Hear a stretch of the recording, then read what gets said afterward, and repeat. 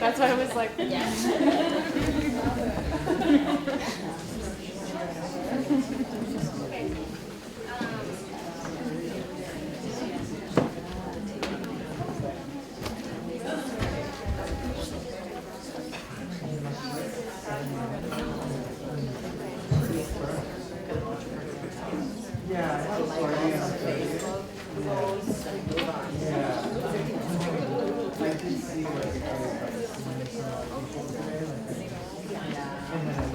I say white.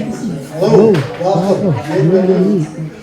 My name's Albert Thompson. Come from the Shuswap Nation, Southern Alberta. I'm very honored today to help with the prayer. First of all, I just want to thank and honor the ones that come from this territory, the people of the Flint. So I want to say, Kukshamukuk, Kalkukpi, Kukshamukuk, Wait, say Kukshamukuk, Slas, Yes.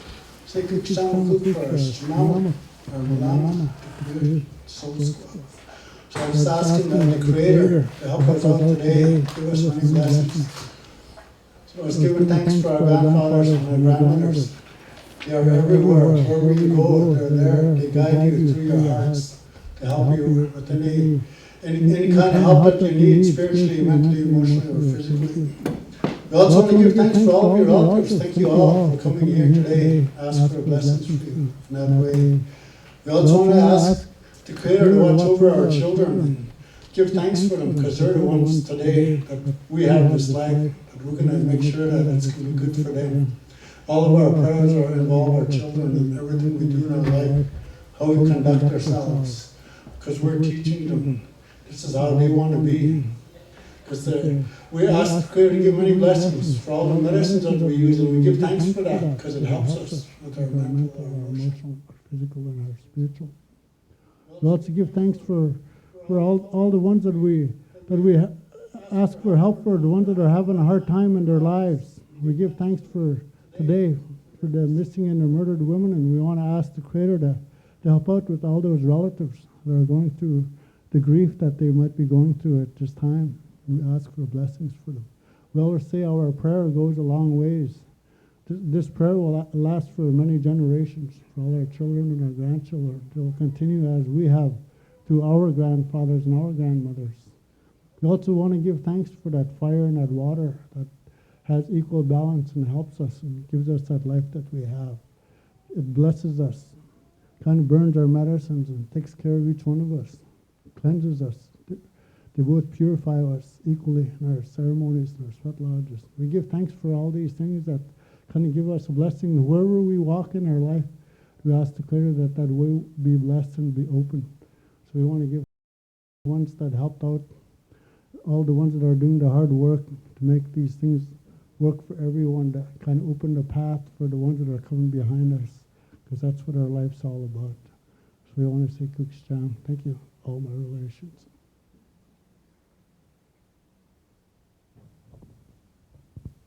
Good evening, everyone. My name is Ethel Jean Stevenson. Everyone calls me Jean. and I'm Muskego Cree. My parents are from Peguis First Nation in Manitoba, and I was born in Winnipeg, Manitoba, and I've lived in Quebec.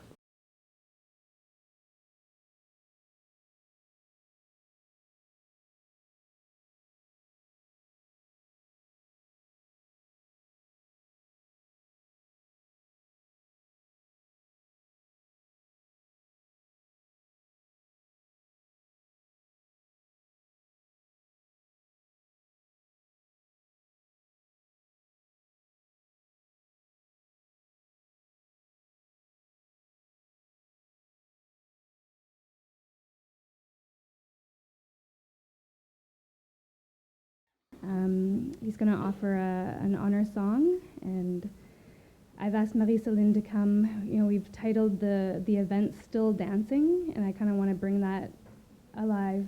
And so Marie-Céline's going to offer us a dance for all of our loved ones today.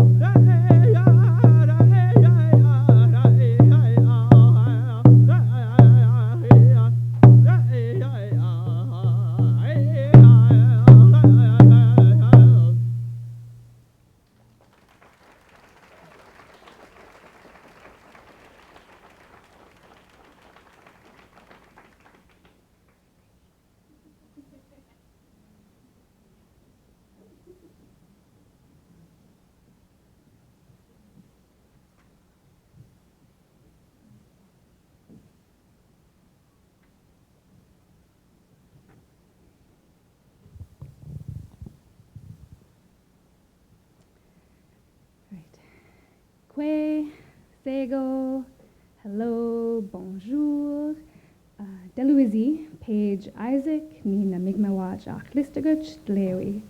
My name is Paige Isaac. I am Mi'kmaq from Listaguch. I'm the coordinator of the First Peoples House at McGill University. I'm very pleased to be here with all of you today. I would like to acknowledge the Haudenosaunee and Anishinaabe peoples on whose traditional territory we live, work, and learn.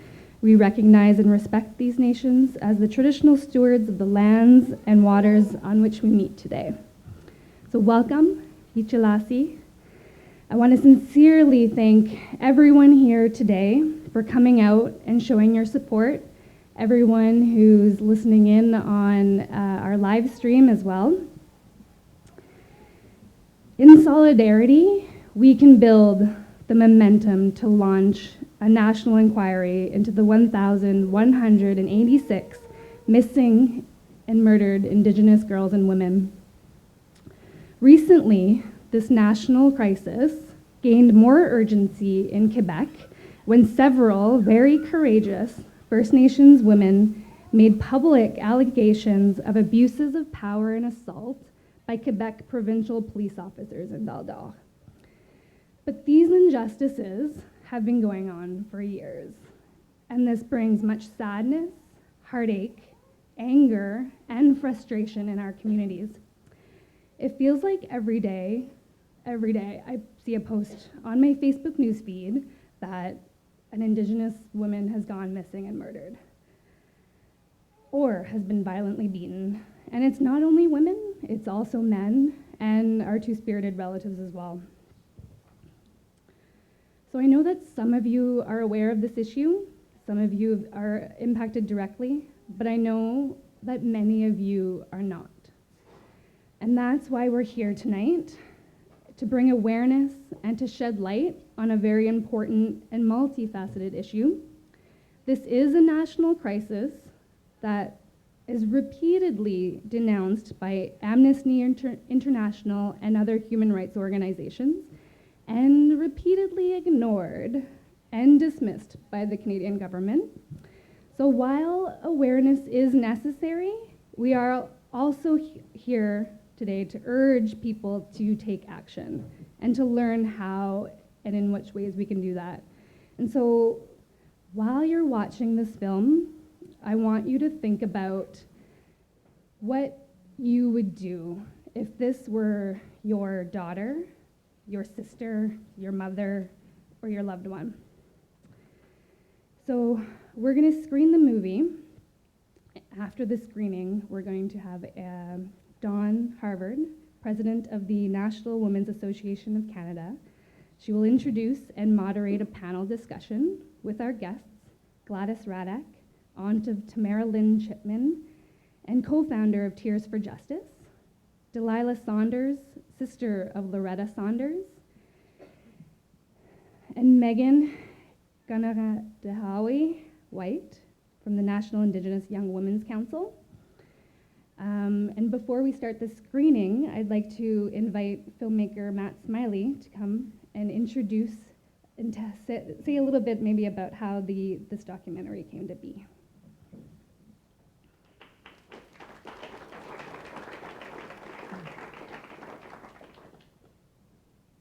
Thank you so much. That was,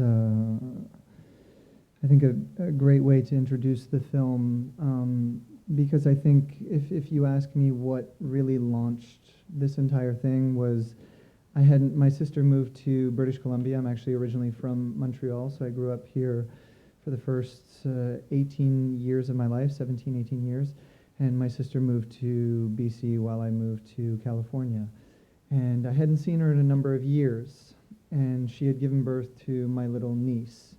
And when she gave birth to her, and I went to go visit her in the north, we were actually walking along Highway 16 to go on a hike.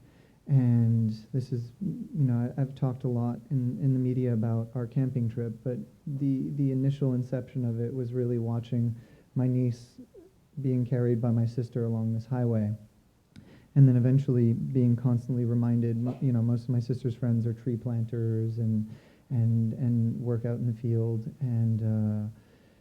And when I heard about one particular hitchhiker, which was Nicole Hoare, it was a look around everybody's face that everybody that my sister was friends with were affected by her because they had either gone to look for her or tried to do whatever they could to find her, and still to this day remains quite a mystery. And it really shocked me, and I left, and the one thing that I thought was, if this were to happen to my little niece, what would I do? And that kept on spinning in my head, and through people like Gladys Radak, who I'm really honored to be here with today, and speaking to various other family members, it just became an obsession of reading some of these cases, and I was like, what is Highway of Tears? What is this? Why is this? And I realized once the articles weren't enough, I started reaching out to certain family members, and for the most part, a lot of people were actually willing to talk about it and to just tell me what their story was. And then I think that just turned into, I don't understand why I had never heard about this, and that kind of led to starting to meet people within the community and opening up that dialogue. But I would have never imagined where this film has gone. I think we'll have plenty of opportunities later to talk about, the journey that we've definitely done, across the country to raise awareness for this. So thank you all for being here, and especially for organizing this and putting on such a beautiful presentation and giving it the honor and attention that it deserves.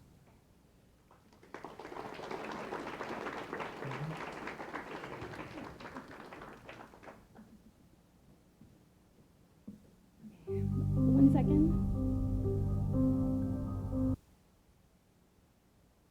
Movie. I know I have one special announcement. Haiti, let me know if there's more. But one important announcement that I'd like to make, that there's a lot of disturbing things discussed in this film, and I want to let you know that our elders, Jean and Delbert, and also we have my colleagues at the McGill Counseling Office here, a counselor and believe 3 interns in their office who are here to lend an ear, lend some support if you want to talk or if you want to debrief on any of the issues, if it brings up anything today and you want a safe space to explore that and discuss that. Can I ask you guys to just stand up and introduce yourself quickly, maybe?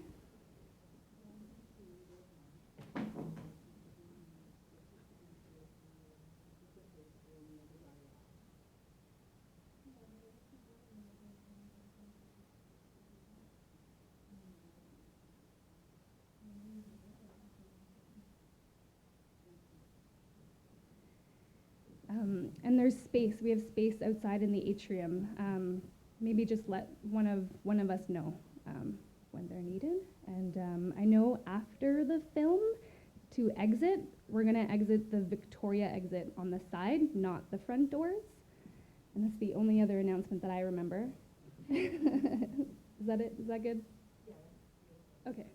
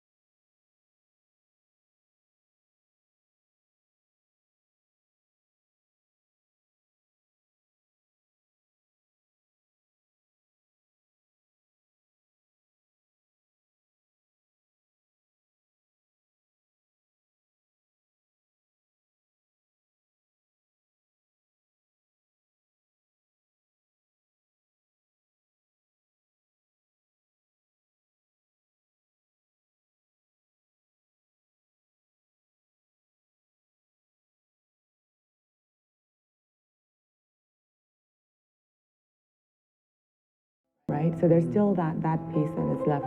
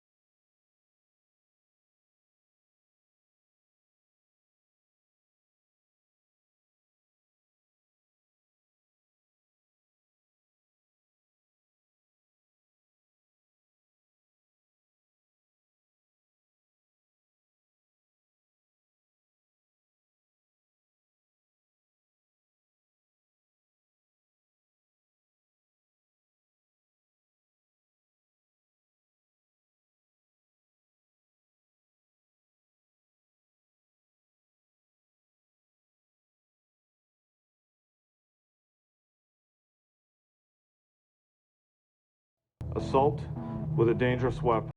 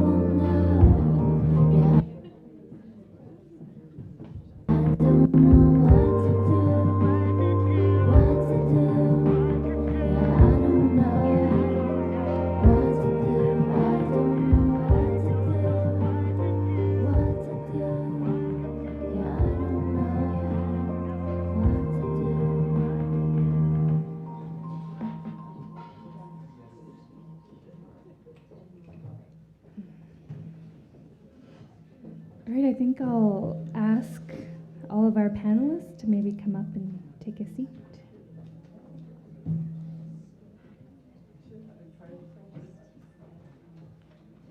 I'll also invite Don Harvard, who's going to moderate and introduce. All right, thank you. Just want to make sure for the names. These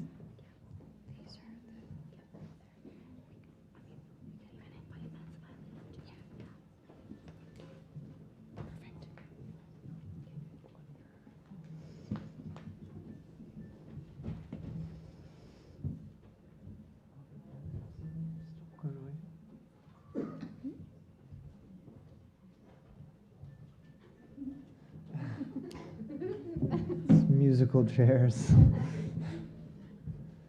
We rehearsed this earlier, too.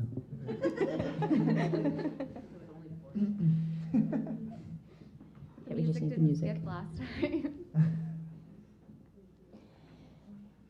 Thank you, everybody. I have the exceptionally difficult position of having to speak after watching that film.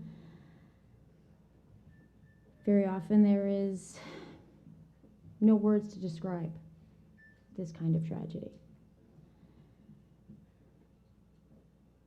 But I want to thank you all for having the courage to come, to be here tonight, to sit with us. I know at first it took me 3 times to get through this film, to be able to get it to the end, because I had to keep turning it off because it was just too hard to keep watching. But we can't turn away. We can't continue like on Saturdays when you're watching the PBS station and they have those, you can't just change the channel. It's important that we're here and that you had the courage to be here with us. I want to start by thanking our elders who provided our opening, our beautiful dancer, who just showed us the dignity, the courage, and the strength of our Indigenous sisters. and to acknowledge the Haudenosaunee and the Anishinaabe peoples whose territory we are meeting here tonight. I think to start off, rather than my reading biographies, I know I cringe when I hear people reading my own bio. I'd like to actually ask each of our panel members if they can introduce themselves and take a few minutes to share what you feel is important for the audience to know, not what I downloaded from Google about your bio. So if we could start right to my left at this end. If you want to go first, thank you. My name is Delilah Saunders, and I've started working with people who are also championing this cause because my sister Loretta Saunders was murdered in February of 2014, and I didn't realize how real of an issue it was, even though I was hitchhiking across the country. And my sister was writing her thesis on missing or murdered Indigenous women and how colonial constructs have designed this stark and very grim fate for our women and marginalized women in general. So I've started writing, I started a blog, and I've been working with the National Association of Friendship Centers and just writing pieces for them on how women can stay safe, especially if they find it necessary to travel highways like Highway 16. And yeah, I think it's very important, and thank you all for being here. I think it's very important that we continue educating ourselves and making sure that this keeps the steam that it has. Because we were talking earlier, Gladys and Tori and a bunch of us at the First Peoples House about how the media sensationalizes these cases, and it tends to sit on the back burner after the next missing or murdered Indigenous woman is discovered. So, thank you.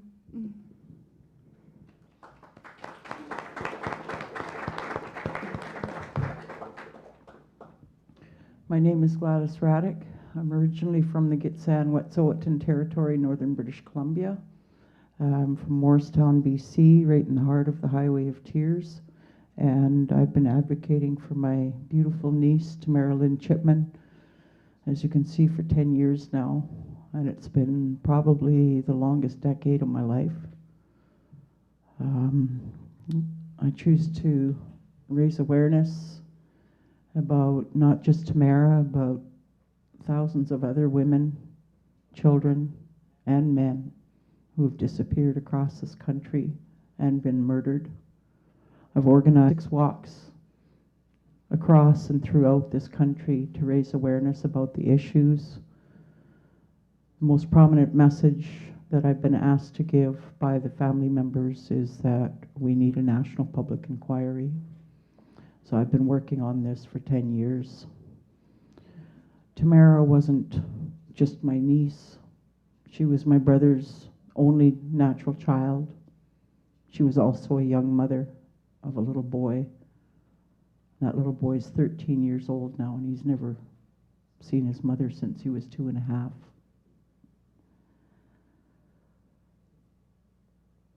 It's been a really long road to travel all the highways and all the byways in this country, and I understand that it's not just BC that this is happening to. This is right across the country.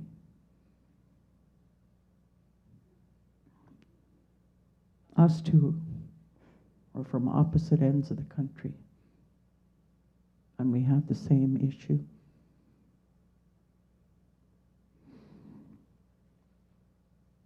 I didn't know that this road was going to lead me down this way. But when the families asked me, Gladys, we need to bring our voices forward. We need to talk about a national public inquiry. That was 10 years ago. And I know, having gone through the Robert Pickton trial and through the entirety of the inquiry as well, that this ask for an inquiry isn't about the money. It's about what are you going to do to save our women? What are you going to do to quit targeting our women, killing them, treating them like whores? We had a lot of negative impact on Tamara. Beautiful Aboriginal girl. She could have been a model. She's gone. Nobody knows where she is. But she has been stereotyped. As far as everybody else is concerned, she's nothing but a drunk, a party animal, and a whore. She's not. She's my niece. She's my brother's daughter. She's a mother herself. This national public inquiry, it shouldn't have costed $100 million for the Pickton. Shouldn't have costed that. Each and every one of those police officers that were guilty of dropping the ball should have been paying for their own damn lawyers, not the Canadian tax dollars. That's why it costed so much. How much does it cost for the truth? Shouldn't cost that much for the truth. But I choose to raise awareness about the Highway of Tears, and when Matt contacted me online, I was kind of scared to go meet him. I didn't know what to think because I thought, oh boy, here we are, another documentary. Oh boy, here we go, another film that's not going to show the true colors of what's really going on out there. And he really proved me different. He proved me different because he brought out the truth that we've been speaking about as family members, about the blatant racism and stereotyping of Aboriginal women. And for that, I'm always going to be grateful to Matt for bringing out this film, because it does speak the truth. And we need to hear more of that truth on how our women are being treated. We're life givers of this society. Us women give birth to even the men. The men wouldn't be here without us women. And we're the caregivers of the land, the water, and everything. We're the nurturers. And we're tired of this genocide that is happening. It doesn't begin with just the Highway of Tears, and it's not just going to end there. We need to end violence against women once and for all women. Thank you.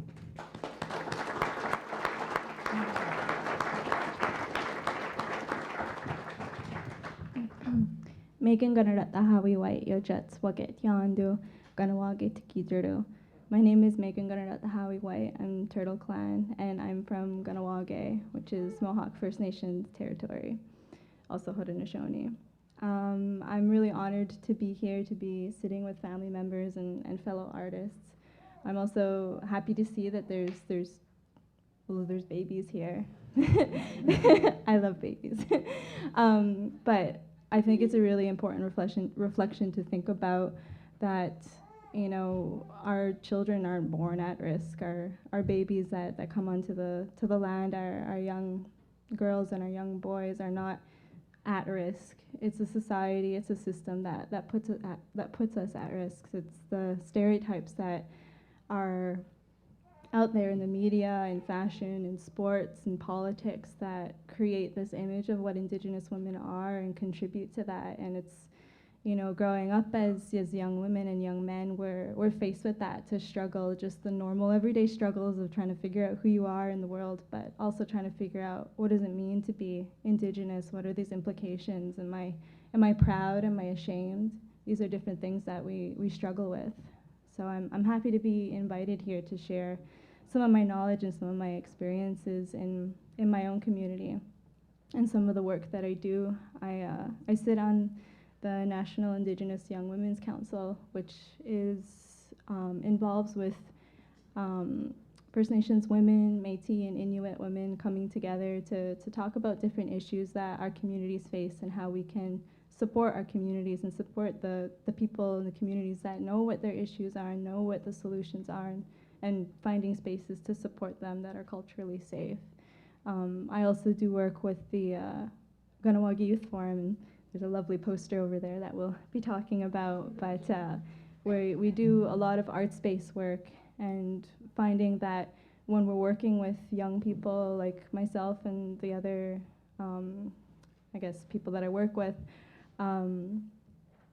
art is a really powerful tool to talk about things and to express things that are really difficult, and including some of the topics that were talked in the film and just everyday life. There are really difficult hardships that different communities face, and some communities don't have access to clean water and even adequate housing, and other communities have difficulty with understanding what it means to be Indigenous in their own communities. There's a really diverse amount of issues that different communities face, so we look at finding ways that we can create safe spaces for youth to express that, and understanding that our young people will be the leaders in our communities and our societies, and having space for them to really explore that before they're forced into it, and to understand where they are. I started this project with the Native Youth Sexual Health Network and some of the young parents in my community. I myself am a mother of a 2.5-year-old, and she's amazing. And a lot of my work took flight when she came into my life. I learned a lot of things about myself and how or what I want this world to look like for her, and thinking that I wouldn't want her to have to fear being who she is just because of where she's born or what culture she's born into, and to not be afraid of that, and to create a space where she can be empowered, and also a space where myself as her mother can be empowered. So we've created a young parents program that looks at connecting young people with elders in the community and knowledge keepers, and creating culturally safe spaces where they can have access to their traditional teachings, and understanding what it means to be connected to the body and connected to the land. Because when we talk about violence against Indigenous women, it's not just against women in general, it's the land as well. And that environmental violence is violence on the body. And you can take that in all kinds of ways. It could be figurative, it could be literal. You can think about how, oil spills affect the water, that affect the fish that we eat, that affect our breast milk, that affects our children. That's related to the body, and just the way the earth reproduces is how women reproduce. So violence happens on all fronts, and I think part of, maybe one of the many solutions to looking at this issue is tackling all issues at the same time, that they're all connected, and you can't isolate one from the other, because then you're still going to have the same kind of struggles. So I'm honored to be here, and thank you for having me.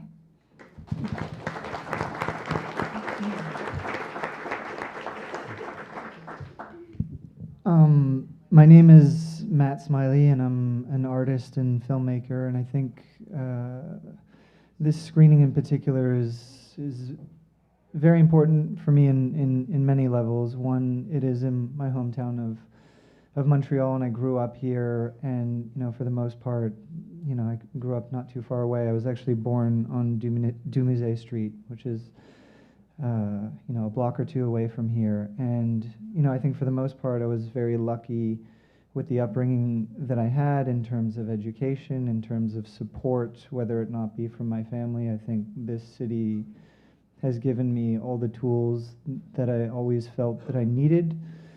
to move forward as a young man and also as an artist to really, chase my dreams. And for the most part, filmmaking was a big part of that, and to be an actor.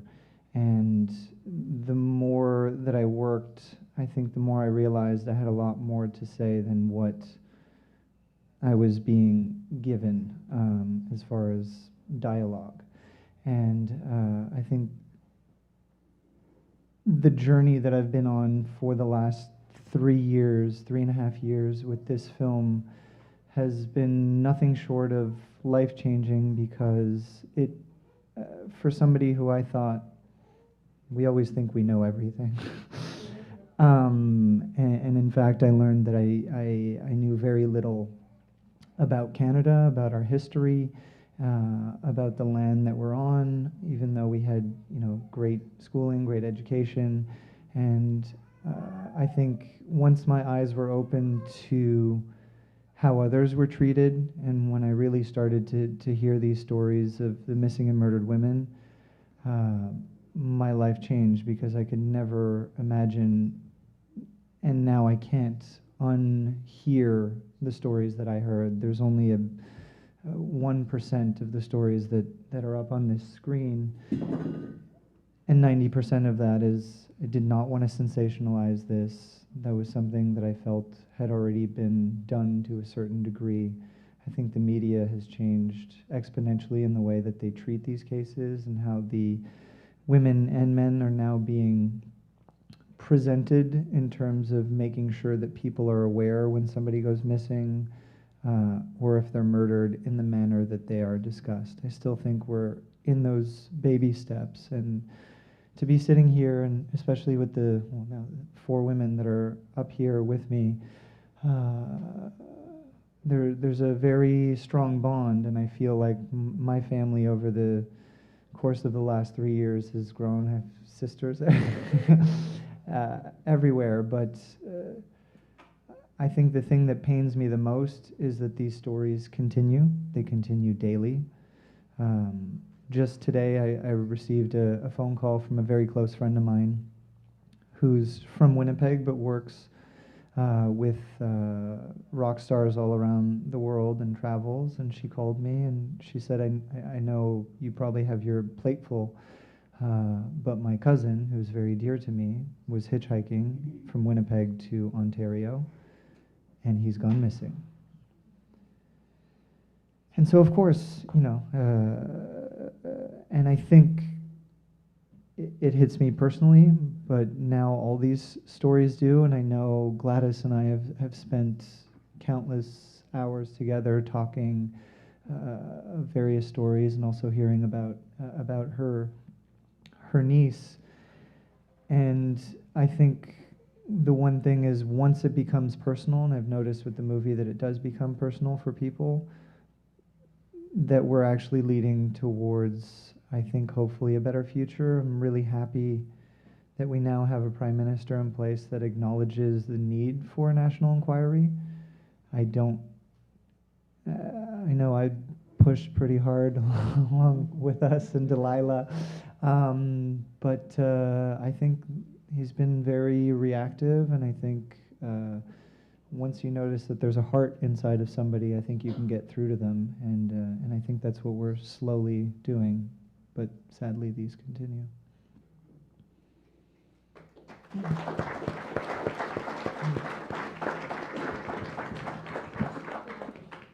Thank you very much for your comments.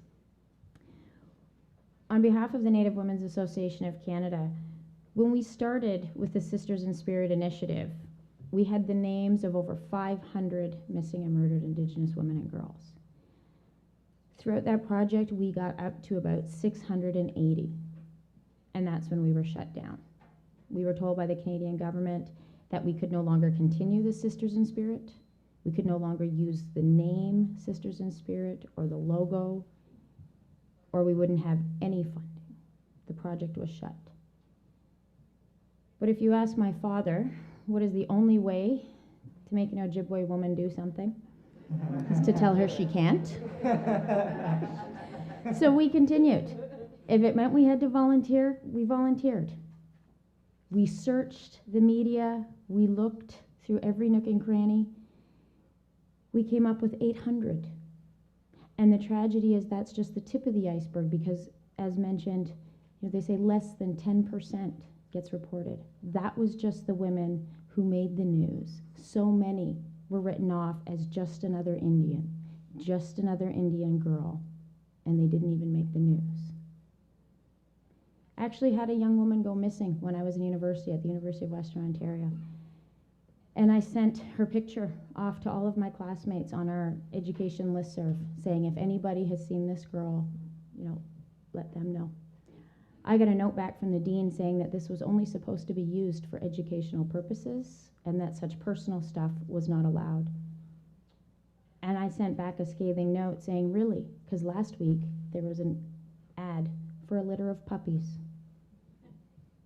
And I couldn't believe it, that you're allowed to send notes about your concern over a litter of puppies, but we're not allowed to send a note for a missing woman. But that shows the kind of attitude that was out there. When we talked about the 800 missing and murdered women, the RCMP started coming forward and accusing us of inciting hysteria, overinflating, exaggerating. They said that we didn't have access to the hard data. We were just a women's group. We didn't know what we were doing. They were the investigators. They had the access. And they were going to prove us wrong. And I hate to say it, but they did. They came back with 1,181. Almost 1,200 missing and murdered Indigenous women and girls. We were wrong, we admit. They had way more than we did. And the tragedy of it is, since that report came out, every week, I stopped getting the newspaper because I didn't want to see it anymore. I want to go live under that rock with Harper where it's not on the radar because you don't want to see it. When the RCMP did their analysis, they looked at these 1,200 cases. They wanted to find out what was it about these women? What was it about these Aboriginal women and girls that made them victims? Obviously, it was something about them. They said, well, it's because they choose a high-risk lifestyle. They pointed 18%. They're twice as likely to have income from crime, 18%, compared to 9% of non-Aboriginal women. We said that's a difference of 9%. Who cares? Even still, my crappy math skills tell me that if it's 18% had income from crime, that means 82% did not. 82% were completely legitimate, just a secretary, a waitress, a teacher, or a Bay Street lawyer. But they said, no, okay, but seriously, they're twice as likely to be involved in the sex trade. You women, okay, twice as likely, 12% compared to 6%. So again, that's a difference of 6%. But that means 88% were not. 88% were young women who were mothers trying to raise their kids. Daughters, sisters, loved family members. Why do they continue to try to blame these women, saying they were putting themselves in danger? But they keep coming back. No. They were under the influence. Large part, 40%, under the influence of alcohol or drugs. How many people in this room went to college or university? Hands up. Did y'all go to Fresh Week? Sorry, if that means that you're going to be murdered, it's ridiculous. It's ridiculous to point to these women and blame them for what happened. This is about a society that has degraded Indigenous women, that has dehumanized Indigenous peoples to justify the treatment for hundreds of years. And a society that around the world has degraded women, has oppressed women, has justified violence against women. It was only in the 20s here that women were even considered persons. So it should come as no surprise that if you are both Indigenous and female, you're at the very bottom end of that particular totem pole. So of course, are women at risk? As much as I hate to say, I actually on this point, I agree with the RCMP, that very rarely happens. But Are women at risk not because they choose to be at risk? I have 3 daughters. Never once have I seen them playing homeless Barbie. They don't have little dress-up bins full of sleeping bags for when they play street living or prostitutes. They don't. They run around with briefcases, actually, and they talk about one wants to be prime minister, and when her sister says, I want to be prime minister too, she says, no, there's only one prime minister. You can be the premier. But this is what our girls dream of. They have big dreams and hopes. And unfortunately, it's those dreams and those hopes that the predators use to take our girls. Because they leave our communities looking for a better life. So many of the families, they said the last words they heard from their loved ones was, I met this guy. He's promised I could sleep on his couch and he's going to help me get a job. And they never hear from her again. Of course, our women are born at risk. They're born in communities, First Nations all across this country, very often 5 minutes from where you and I live, where people live in third world conditions, with no housing, no water.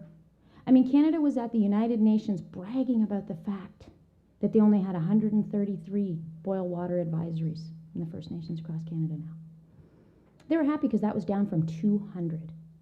And that's appalling.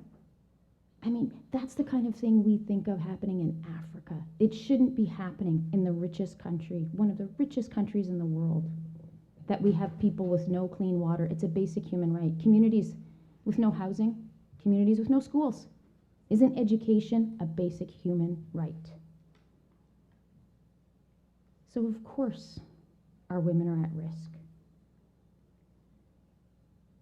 Unfortunately, these circumstances, I mean, I work at the Faculty of Education, and we train teachers. And we train teachers what to look for and when to call children's aid. You're supposed to look for kids who come to school without lunches on a regular basis. Kids who come to school in the winter without a warm coat. Kids who come to school without hats, mitts. Kids who are not clean. That's seen as neglect. Child welfare comes in, apprehends those children. But I'll tell you, that is not neglect. That is poverty. Very often those families, that mother didn't have food the week before. And that's why those kids have no lunch, because she hasn't eaten for 2 weeks, because she had to choose between paying rent and buying food for her children. Those kids go without coats because they can't afford a warm winter jacket.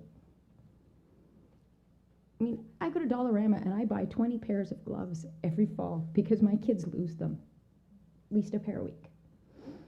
But if you can't afford that first pair, how do you afford to replace them when your kids lose them? How do you keep your kids clean and send them to school in clean clothes when you're living in your car or in a shelter? Our kids are being apprehended for what's called neglect, but it's poverty right here in the middle of one of the richest countries in the world. And those kids are taken and put in foster homes, and when there's no foster homes, they're put in hotels, where they're right next to the drugs, to the traffickers, to those who take us away. I mean, there's a clear connection between being apprehended by CAS and being exploited. They did a study in Winnipeg, and they said of the 400 kids who were being exploited on the streets of Winnipeg, 80% were Aboriginal, and 70% of those were in the care of CAS. Some care. They take the children from our communities because they say we're neglecting them, and they put them in hotels where they're being exploited, and they're not doing a damn bit better than anybody else. We had one of our elders come out, and when we talked about missing and murdered, she says, I don't understand why you keep talking about missing and murdered. And I thought, because they're missing and murdered. But she says, no, you don't understand. My wallet goes missing, my car keys go missing. Just my eyeglasses go missing several times a day. People don't get misplaced. People don't just go missing. She said, our girls are being stolen from our families, from our communities. And I'll tell you why. 93% of the victims of human trafficking in Canada are Canadian. and a disproportionate number of those are Aboriginal women and girls. And the whole argument about prostitution, about whether it's a choice, whether sex trade is legitimate employment, is really a distraction from the reality of the fact that 13 is the average age that girls are being recruited. In some of our communities, our girls as young as 8 years old are being taken. They're being approached in the parks, on their way home from school. Our children are being taken. And when you think 13, even my math skills, that means for every girl who was 15 or 16, how many were 11 and 12 to make 13 the average? These girls are being stolen from our communities because our families are struggling with poverty and our women are being blamed. And I mean, I have 3 daughters of my own, and so many here are mothers, so many parents in the audience. And when I was driving with my daughter, she's 10 and she was in the car and we were talking about this. And she asked, well, what is this all about? And I explained to her that simply being Indigenous and female in Canada means you're at risk of homicide, of going missing. And it took her a little while, and she looks at me and she says, but Mommy, we're Native, right? I said, yeah, I mean, she knows that. She doesn't. And then she looks at me, and I'm a girl, and I can see it click in her mind. And she says, does that mean I'm in danger? And my instinct was to say, no, of course not. I will protect you. I will take care of you. I would never let anything happen to you. But as all these family members know, we can't promise that. Because the truth of the matter is, our girls are in danger.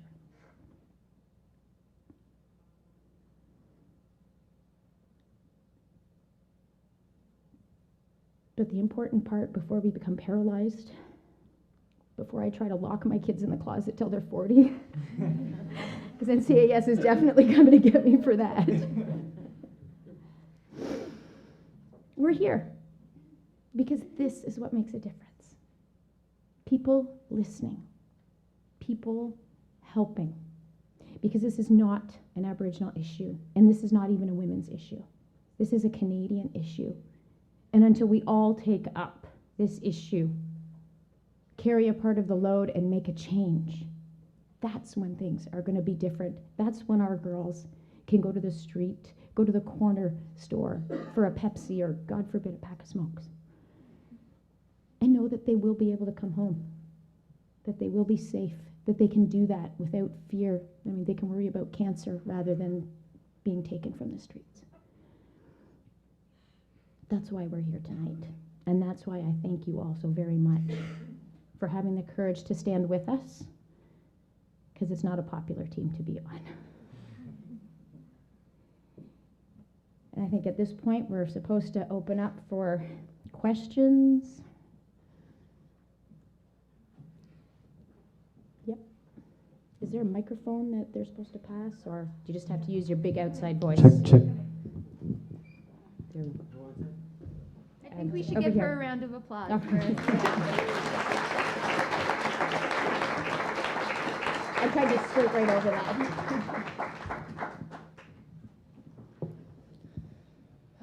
Very touching. I'm from Winnipeg. I've been in the CFS system myself, so I know exactly what you mean. And I have a daughter of my own, and she's over there, so it's kind of hard, you know, because I can't watch over her. But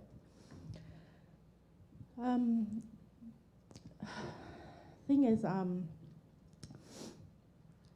recent events here in Quebec, especially with Val-d'Or, I'm just wondering, what do you guys think about it, especially with, you know, the police being involved and accused of the sexual assault and being involved in the sex trafficking?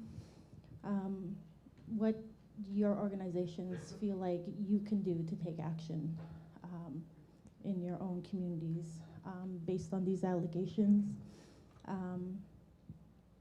And sort of also how to repair these and build these relationships with police, you know, who are supposed to be protecting us. Yeah, I'd like to hear you guys' opinion on that.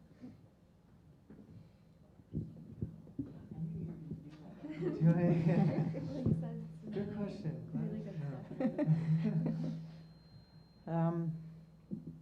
Having being from BC again,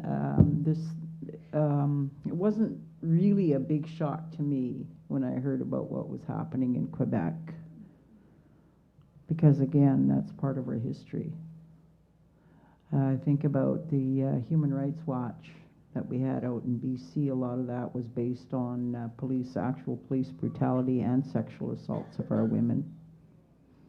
Having been raised in the north, in northern British Columbia, and traveling a lot on the highways back there as a child and as a teenager, as a young mother, I did my fair bit of hitchhiking up there in northern BC as well, from Vancouver to Prince Rupert. One winter I went 6 times from Vancouver to Prince Rupert just to go visit my family, just because I could.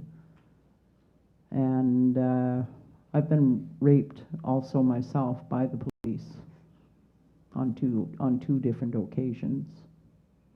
And people would ask me, well, how come you didn't say anything? Well, that's like me going to my abuser and saying, please help me. That's not going to work. What can we do about it? It's a really tough call, because we also know that the Northwest Mounted Police and the RCMP were formed to control the Indian problem. So that's what they're doing. They're above the law, and I'm not saying that all police officers are bad, because I know some really good ones too. But it's the, like that's something that my organization, Tears for Justice, is trying to come up with some ideas that we can start addressing the police. We've got police that have even been denying that there was ever a highway of tears. And the thing is, we do need to have a good working relationship with the police, and where is that going to start? That's what we need to do, is start building a repertoire for the police, because like I say, not all of them are bad. But they, it's hard to know, who's going to be offended, who's not going to be offended. I just posted another one today on Facebook about another police officer in Central Canada that's been charged. So this is nothing new. And the thing is that we still have to be vigilant, even when it comes to police.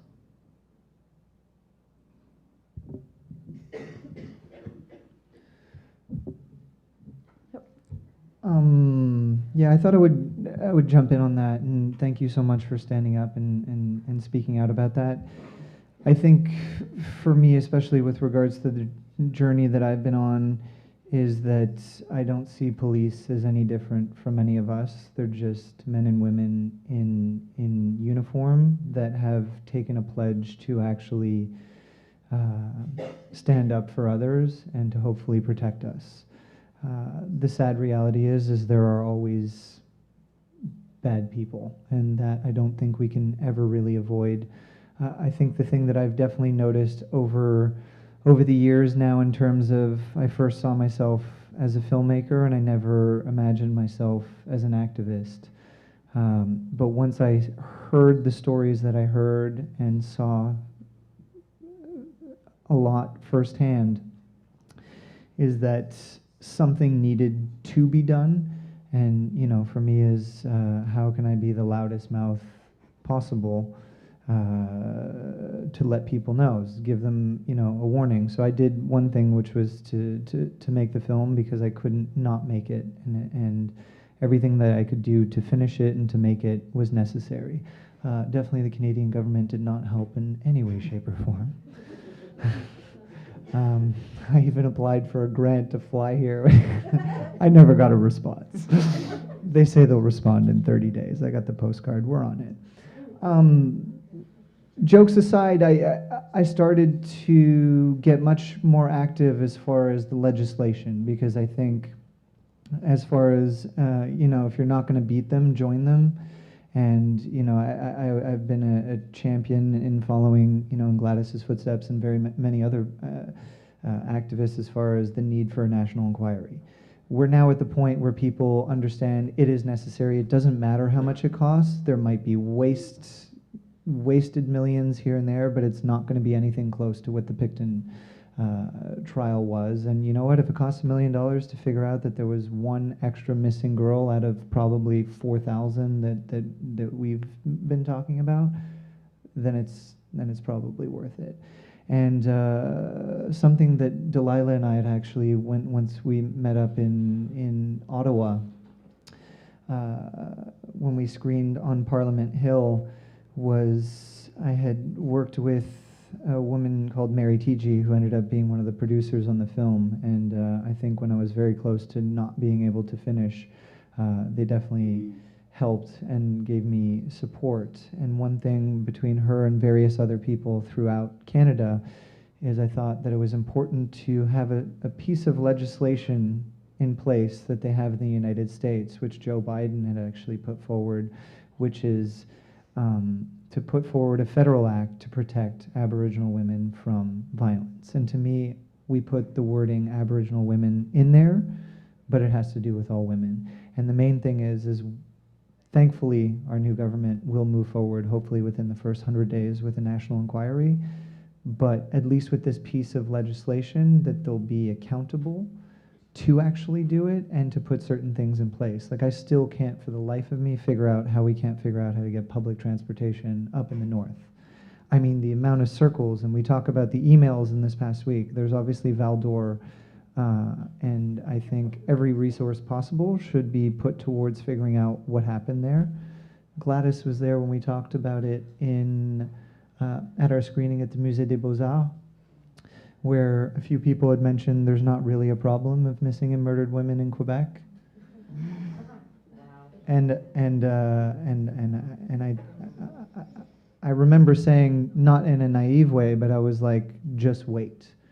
And it's because, I've gone now to over 70 screenings across the country over the last now 8 or 9 months. And in every city, it just takes a little while, but once it might be 3 people in a screening and you think you haven't touched somebody, but then they start talking and they start talking. And I remember sitting there and then I was like, well, just wait. There's 300 and some odd people in this screening, there's 100 and some odd the next day, and we've had a few. And I'm not saying it's because of the film or whatever it is, but once we get our mouths running,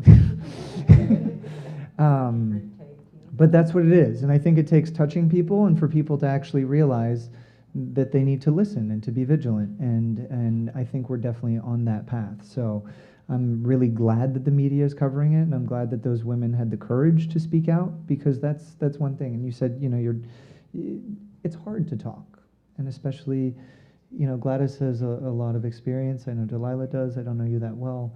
You speak so eloquently and so passionately, but it's not an easy thing, and it's not an easy topic. And so I think we're on that path, and the main thing is pushing for that. And I'm glad that we have, I think, over 40,000 signatures now in support of it, and all 3 Canadian, was before the elections, but Elizabeth May was the first one to sign and write a letter in support of the federal act to protect Aboriginal women. Justin Trudeau did it, and he received huge support in that, and I think it was quite truthful, and Thomas Mulcair. So I think we've definitely got the attention, and it's a start. Now we have to really start investigating properly. I think tackling these kind of issues, it's also important to look at different ways that we can address the issues, and acknowledging that not everybody has the resources or the access to work on legislative or national levels as well, and that there's things that we can do in our own communities, in our own households to help address that. I think as Gladys said, that there's a long history of, I guess, people in power in connection to Indigenous women. There's a lot of violence through residential schools, through all kinds of spaces. It's just a pattern that continues to repeat. And as Matt said, you know, these police officers are people as well. And I think what we can do and things that we have done as young people is to try and break down those stereotypes that make it okay, that normalize violence against Indigenous women, that tell these police officers that, yeah, this is fine, we can do this is okay, we can do this. And part of what my work with the Kahnawake Youth Forum, what we've done was we've traveled to most of the universities in this area, not all of Quebec, but in this area, and also all of the colleges as well, and we've done our own cultural appropriations campaign. So we've met with different young people and different students in small spaces and large spaces, different areas, arts-based, lecture style, all kinds of ways, and just kind of talking about how society normalizes violence against Indigenous women, how, you know, with Halloween coming up, looking at, you know, the Pocahontas costumes and the sexy squaw costumes and what that does and how that normalizes violence and how that normalizes the sexualization of Indigenous women and the dehumanization of Indigenous women. We also look at how the fashion industry chooses to appropriate cultural symbols and our own teachings. And I think specifically of Ralph Lauren, who launched this line where he used images of these colonized children from residential schools as his fashion line and selling these articles of clothing using children who suffered and using, you know, without names. They're just these children he pulled off the internet, and it's, you know, it's like this, there's just all kinds of different spaces that we can look at. And, you know, if we're not comfortable with working on national levels and being at the UN to advocate these issues, then we can do them at home too. We can teach each other, we can share in different spaces where people are like-minded or want to know more or maybe need to know more. I think it's also just looking at redefining healthy relationships as well, and looking at sexual health, looking at what does sexuality mean, and just looking at on a grander scheme and how sexuality is something that's not talked about in ways that it should. And I think that's why there's a lot of violence that's related to sexual assault or sexual issues, is because there's no real understanding of what a relationship means and what sexuality means. So I think also looking at ways that we can redefine sexual health. I think in my own community, I've helped some of the elders and young people bring back our rites of passage ceremonies, which happens when a young girl gets her first moon time and the young boys have their voices dropped. And in there, we have different teachings and ceremonies that teach them what it means to be a man and what it means to be a woman. And hearing in other communities where they have rites of passage ceremonies, those young men and those young women speak, they have this knowledge that's just far beyond, and they're like, you know, 15, 16, and they're speaking so wise. And I think if we choose to work in those spaces as well, that we can prevent another generation of people thinking that it's okay to dehumanize and assault our Indigenous women.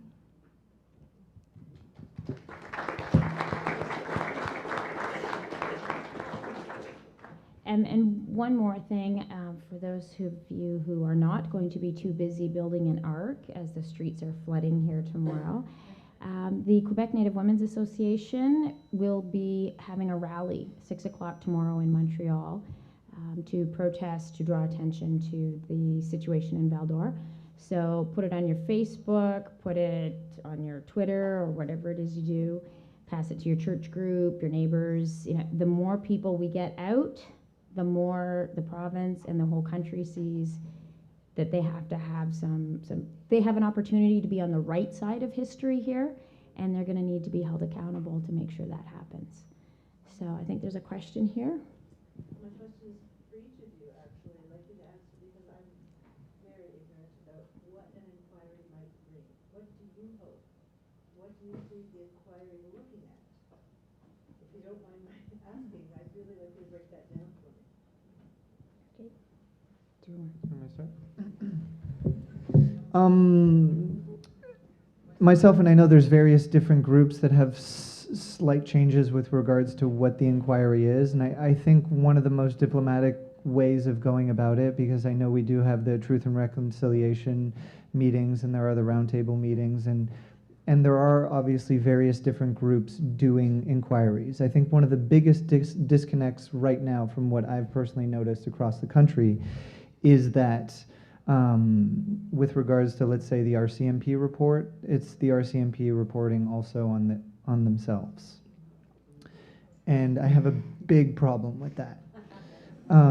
They need a big brother, and one of the things that I had suggested at various screenings, especially we've done a few universities now, and one of the things is almost making some of the university heads hubs to watch over what kind of research is being done. And the thing is with all the tremendous work that all these various organizations have been doing and women's groups, we don't have the real numbers.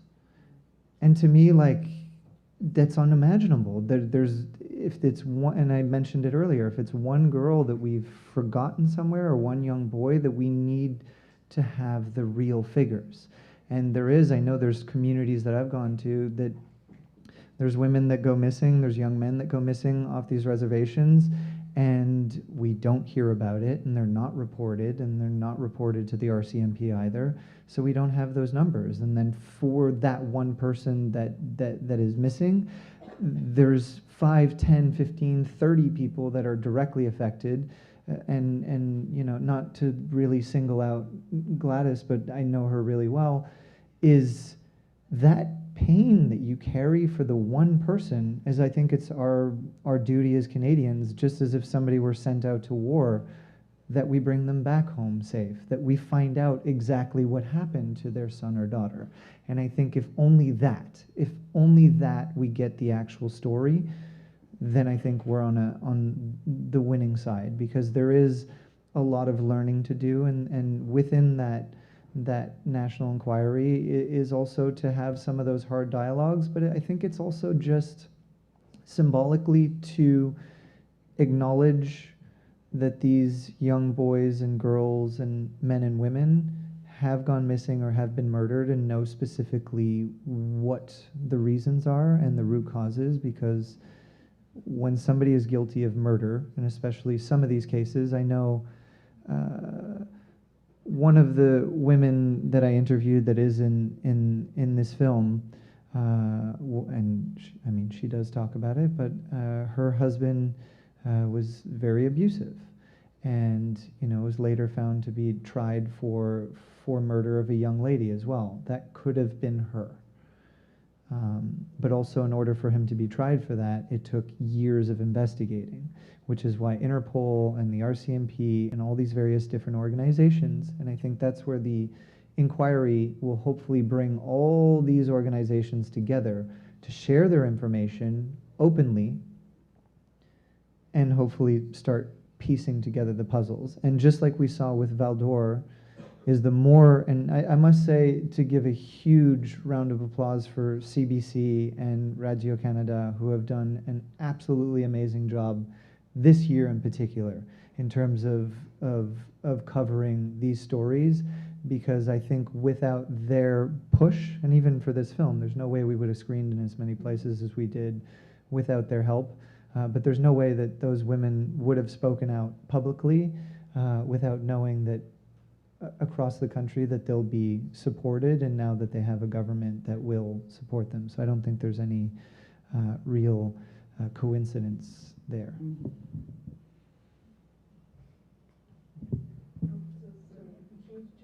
Yeah.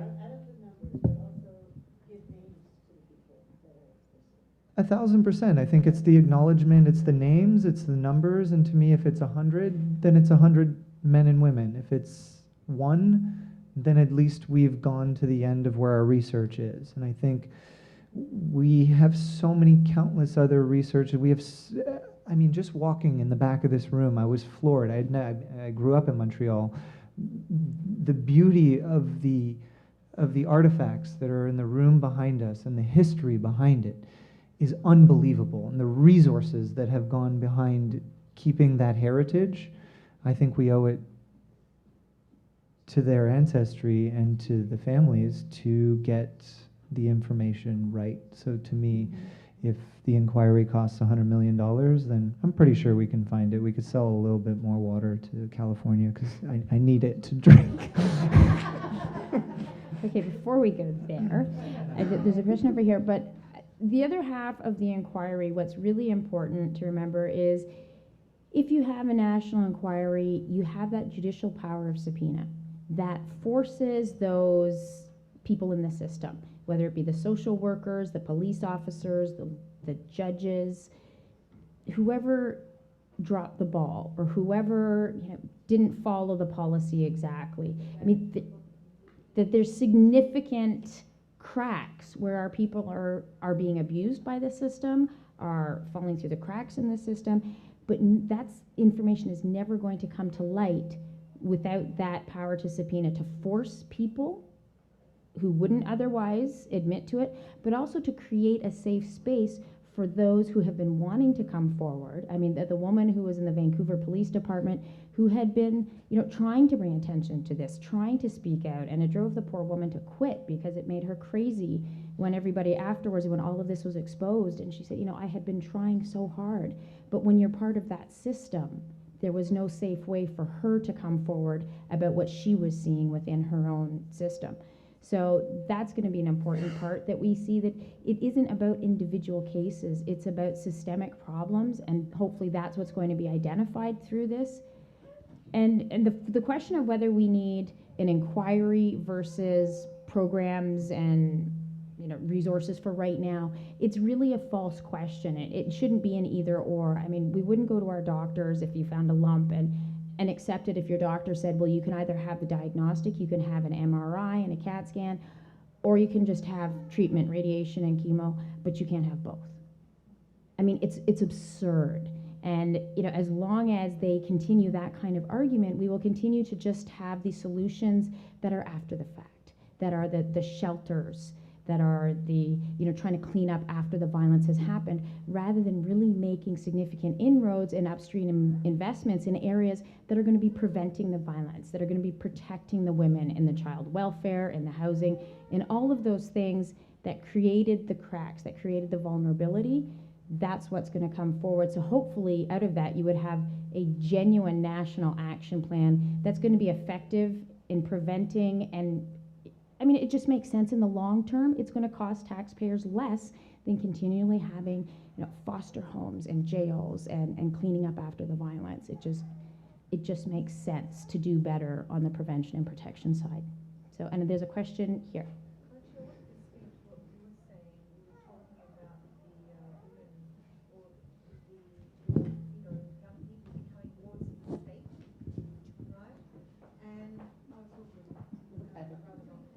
Just use a big voice. Or Damn it. Just say that's when it kicks in, right? Okay, so I was just following up on what you've just said, actually. Now, the way I'm looking at it is that the way the system is at the moment is that a lot of money is going into the pockets of non-Indigenous people, dare I say that. It's an industry. If it's not the jail industry, if it's not protective services, if it's not the legal system, etc., it's all that money is going. It's not.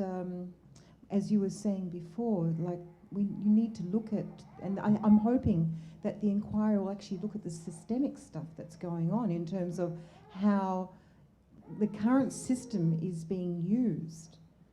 But it's not being used in a way that is at all sort of part of a solution. It's actually creating the problem. And it's money that's going into, it's an industry. It's an industry, I'm sorry to say that, but it really is an industry. you know, on the pain and suffering of others. Absolutely. I'm not sure. That's almost a statement. I mean, you It's have a the sta- answer it's not- right there. it's not It a is question, it's a statement. absolutely. I it need is. to make the statement. That's Yeah, it, I mean, you there's know? more children in the care of the child welfare system today than were in the residential schools. So it is absolutely an industry. There's huge investments. And if people can just see that, make those investments in positive areas that help our communities heal, that keep our families together. I mean, there are some states in the US that have legislation that says you cannot apprehend a child for reasons of poverty. Imagine that. Can you imagine if we had legislation like that here, that you have to invest, I think it's up to $60,000 in trying to keep that family together, in getting a home, providing food, providing clothing, providing what that family needs, rather than taking the children away and paying somebody else $5,000 a month to watch those kids.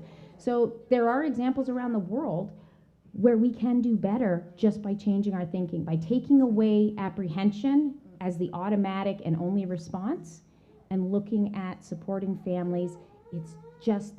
It's more effective and less expensive in the long run, and better for everybody.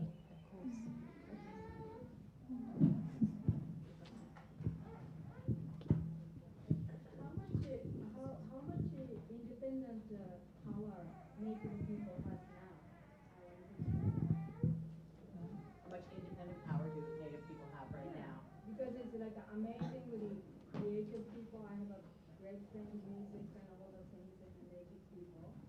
And, you know, like everything about the historically, they have such amazing wisdom and everything. And why you have to ask the Canadian government inquiry how many women missing or whatever, like I couldn't understand how many times set in front of the, you know, TV. I'm originally from Japan, and the Japanese people being sent to, you know, like a Second World War, but at that time, like, okay, that's happened, okay, now, what are we gonna do about it? You know, and we value the honor as a Japanese, you know, education or whatever it is. Now they're changing modern world, but to me, I think it's, if somebody is suffering in Winnipeg, like couldn't have a clean water or, you know, spending time in a hotel, instead of that, why all the Native people get together and send the clean water or whatever you can? Because we are talking about, you know, refugee from Syria or whatever. I'm sorry to say whatever, I'm sorry, but you know, like amazing Native people, brilliant artistry, everything. Like Kitsurano Museum of Maritime Museum, you go, like a fog day, completely they don't know where, stuck in the way up north, these English Navy people or whatever, and this Eskimo, I'm sorry, Inuit grandmother, I'm sorry. But, you know, they can, no star or nothing, but the sense of that wind or whatever, and guided to safely. That kind of a power, why you ask, I was, this, what's called, early summer, I was in Ottawa, and I talked to the one of the chief in the way up James Bay area, and I said, you know, you guys are such amazing, you know, survival skill. Like, why, you know, can you understand me? I'm sorry, I'm Okay. very, I Thank love you. my Yeah, friends. and thank you. You know what? I don't believe in like all the system, like lawyers, divorce lawyers and stuff. We had so many problems. I'm not talking about only Native people, but you know, that's a business, you know, like I don't like that.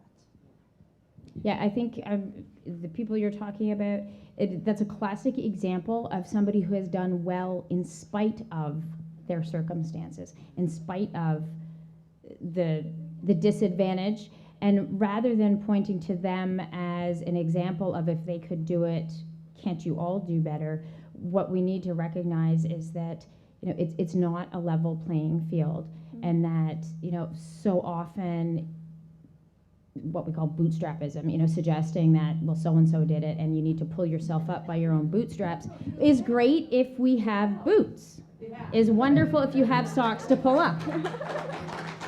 So we need to get that access. We need to get that minimum human rights for everybody in Canada. And then by all means, you know, you're on your own to sink or swim once we get minimum basic human rights for everybody in Canada. Has to happen. And that won't happen without significant investment, commitment, and political will from the Canadian government. I mean, we're 4% of the Canadian population. Even if every Aboriginal man, woman, and child marched on Parliament Hill, it would be a whisper. They just keep the doors closed. It's not until every Canadian citizen comes forward and says, this is a human rights issue, everybody matters in this country, that's when it will make a difference for our communities. Yeah. I think we have a question here. But before we ask a question, can I just comment on that real quick? Absolutely. Right here. Yep. I think also I just want to comment on creating spaces to empower young people and people in general. I think is also important to speaking to what you were just saying and what you were just saying as well. I think, like, for instance, over here we have our call out for submissions if anybody's interested.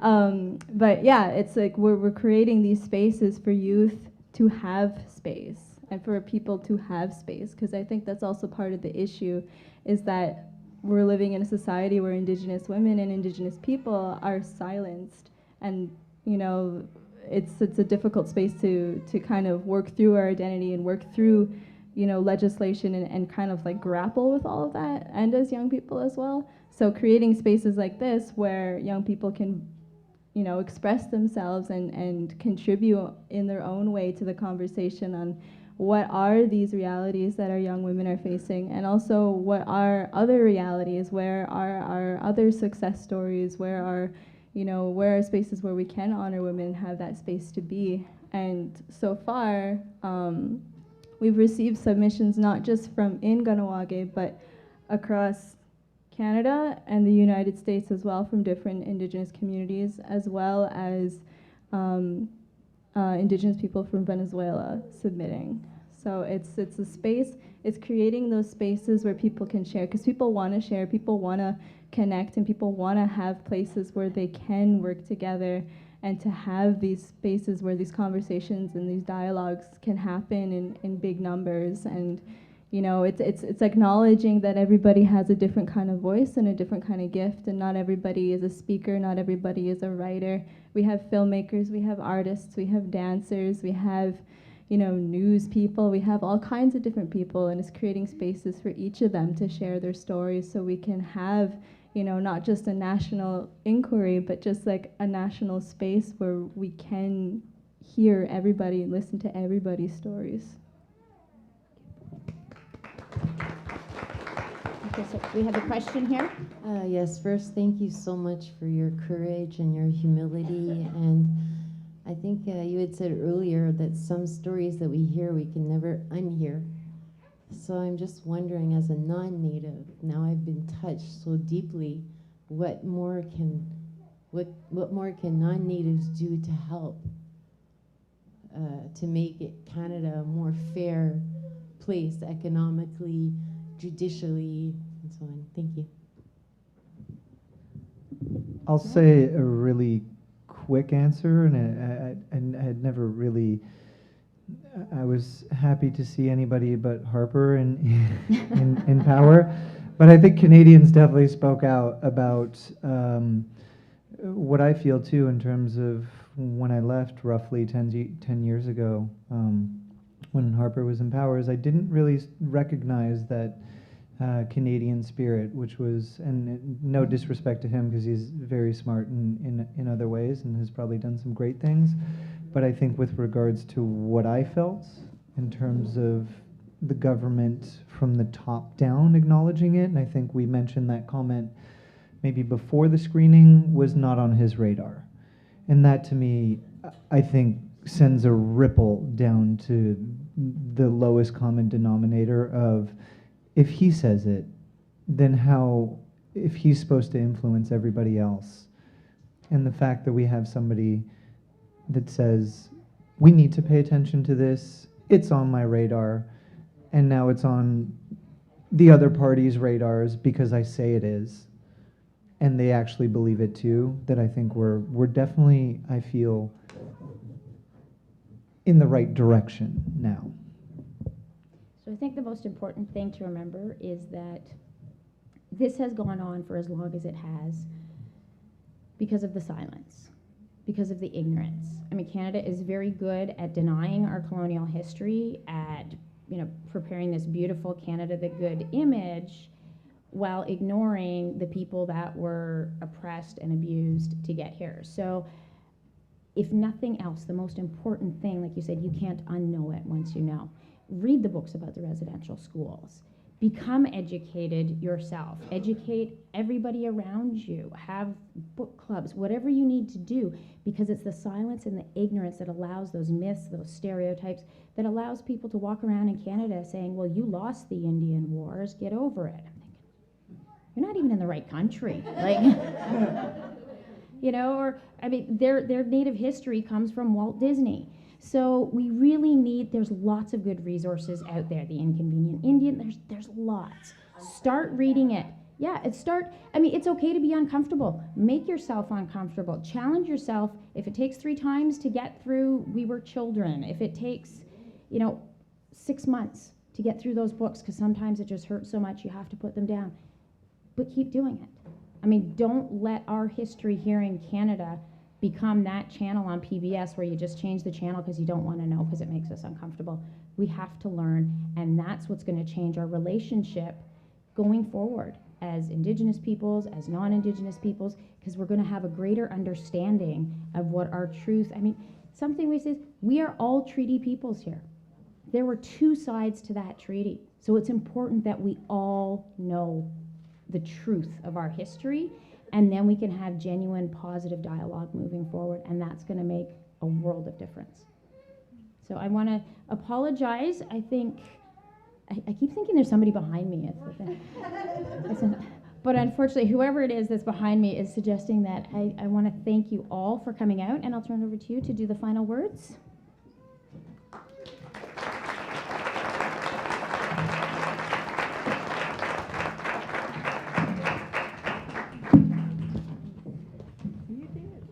Again, I want to thank all of the panelists, everyone here in the audience, all of our volunteers today, our elders, Jean and Delbert, McCord Museum for hosting us, all of the many sponsors, I think I said that, Frankie Horn and Marie-Céline Charon for their performance earlier.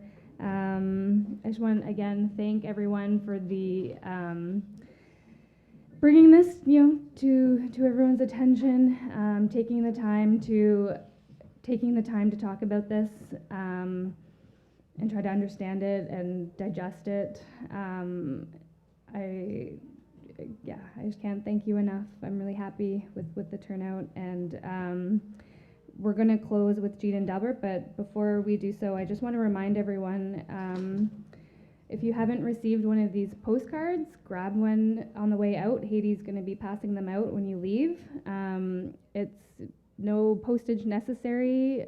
Message to the Prime Minister to support many different things, one including an inquiry, but a lot of different things in support of missing and murdered Indigenous women. So please pick one up.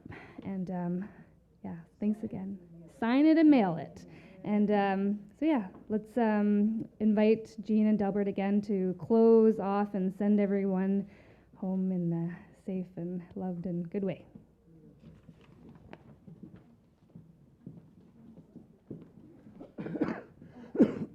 And please just know, no more screening after this, or filming or cameras. Thank you. I want to say, Kuksha, I always like to thank the creator. I also want to thank the panel that came to share their stories and